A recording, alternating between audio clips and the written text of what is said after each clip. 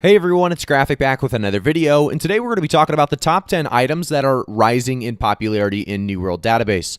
So we've talked about the top 10 best in slots before, but there are best in slots that are still left out of that video. So today we're going to cover them. If you guys want to learn more about what chestware pieces you should be going for, what jewelry you should be hunting, and what weapons you should be looking for, here in this video we're going to make sure to cover all of them.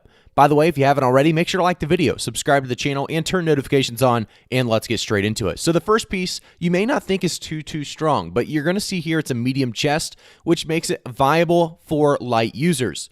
And if you are running maybe a bow or a musket, playing OPRs or playing PvE, you're going to have really the best opportunity here with PvP because it does have resilient on it. It has physical aversion, and it has vigor. This is going to be very, very good for bow and musket users to start out with, just because, like I said, you do have that resilient. You do have physical aversion against those attacks coming from across the map, as that's usually what you're going to be dying to. And then vigor as well, or vigor as well. It's going to stop that burn, bleed, poison, and expires that 10% faster, which does happen a lot from other muskets and bows. So this is a decent piece for sure. I wouldn't call it best in slot, but it's definitely pre-BIS if you are looking for a nice little piece. Next in line, we do have the Warden's Answer. The Warden's Answer is something you should definitely be looking into as well. It talks about the Vorpal, penetrating rapid shot, and the Enchanted. And by the way, guys, if you want to see out where these come from or where they're actually, started from or location-wise, we're going to cover that here in just a second as well. And I'll actually probably go back after talking about Warden's Answer and give you the location on each piece as we go through it. So Dexterity, of course, it's got Cruel on it, Vorpal, penetrating or really penetrating rapid shot, and Enchanted, which are three really pretty solid bow perks to have on your weapon. And you can see here, this one, if we go down to the bottom, it talks about Warden of Satet.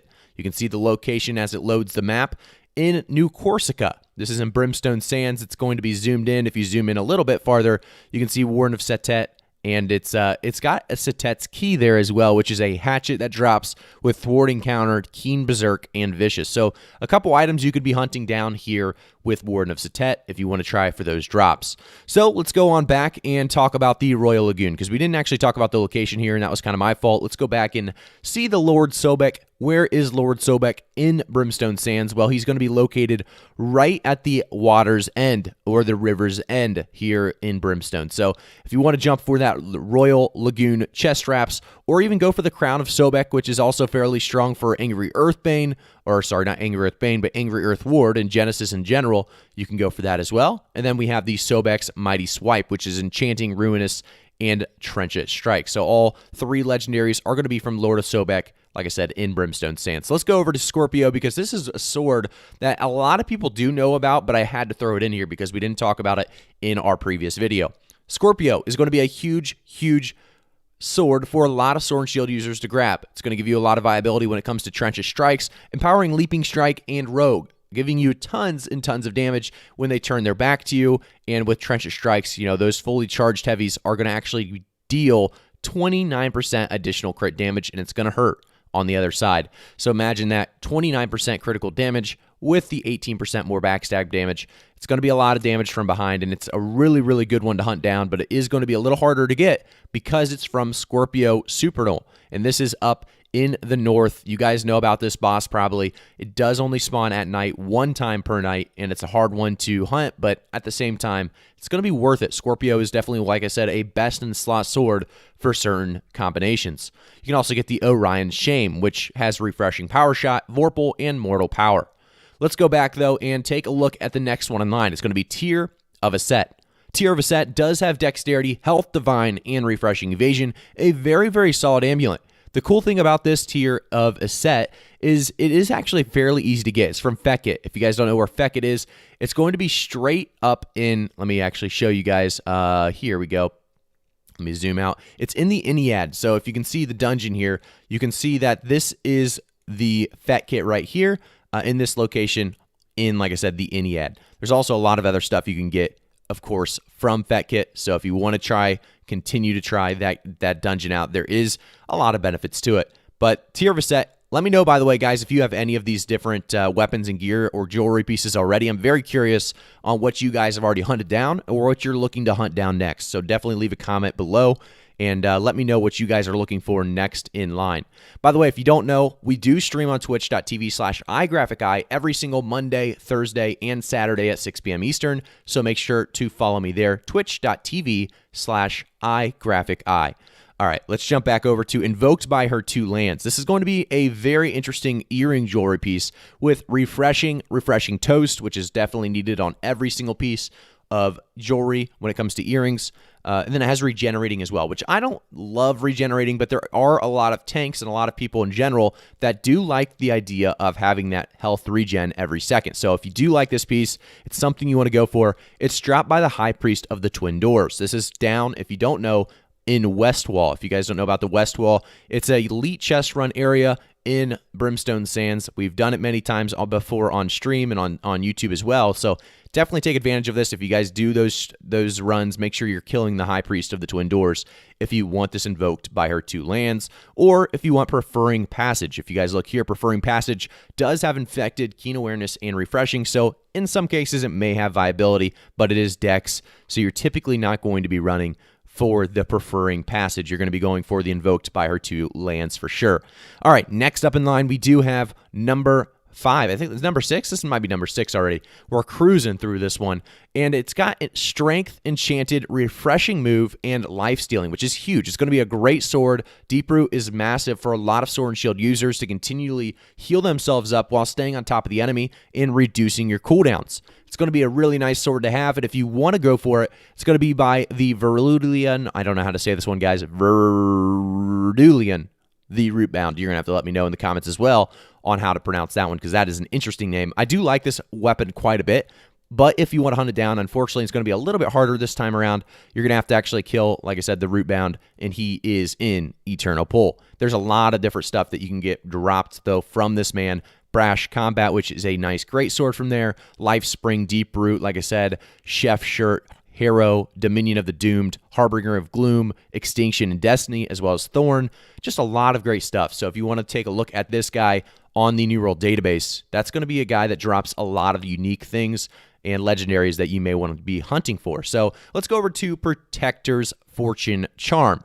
This one's got for Refreshing, Divine, and Purify, which is a decent jewelry piece or a decent amulet piece. However, we are going to be getting this one from Taserjaw. Taserjaw is in a weird location, actually. He's right above Everfall in the north, well, very, very northwest. You can see here, Taserjaw, he's level 53. And which is crazy about this is you can get this, like I said, up to that 590, 600 spot. So it is worth hunting down if you want it. And they also have Heel Strike, which is a pretty solid piece there. It has Antique Battle Axe and Signet of the Swamp as well. So if you guys want to jump over there for the Protector's Fortune Charm, there's other things that can drop for you as well that may make your trip even more worth it. Here we have Sagius Shirt. We have Shirking Fort, Refreshing, and Elemental Aversion. This is a pretty good piece. The only difference is you're not having Resilient, and Resilient is basically mandatory, in my opinion, when it comes down to PvP. So maybe you're using this for PvE, maybe you're using this for certain PvP gameplay, or maybe Arena if you know that they're not running crit, something like that. But realistically, this is not a bad piece. It has Shirking Fort, which is huge, Refreshing, which is huge, and then Elemental Aversion, which can be actually very, very good as well. It's from the High Priestess Eiffel. Eiffel, by the way, is in Tempest Heart. If you guys don't know much about this dungeon, it's a long dungeon, but it is well worth if you're able to get some of these drops.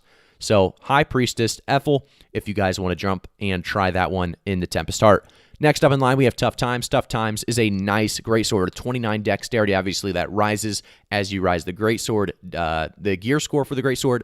But we have Thwarting Strikes, Keen, and Refreshing Move. I don't love Keen right now. However, Refreshing Move plus Thwarting Strikes makes this a very viable greatsword.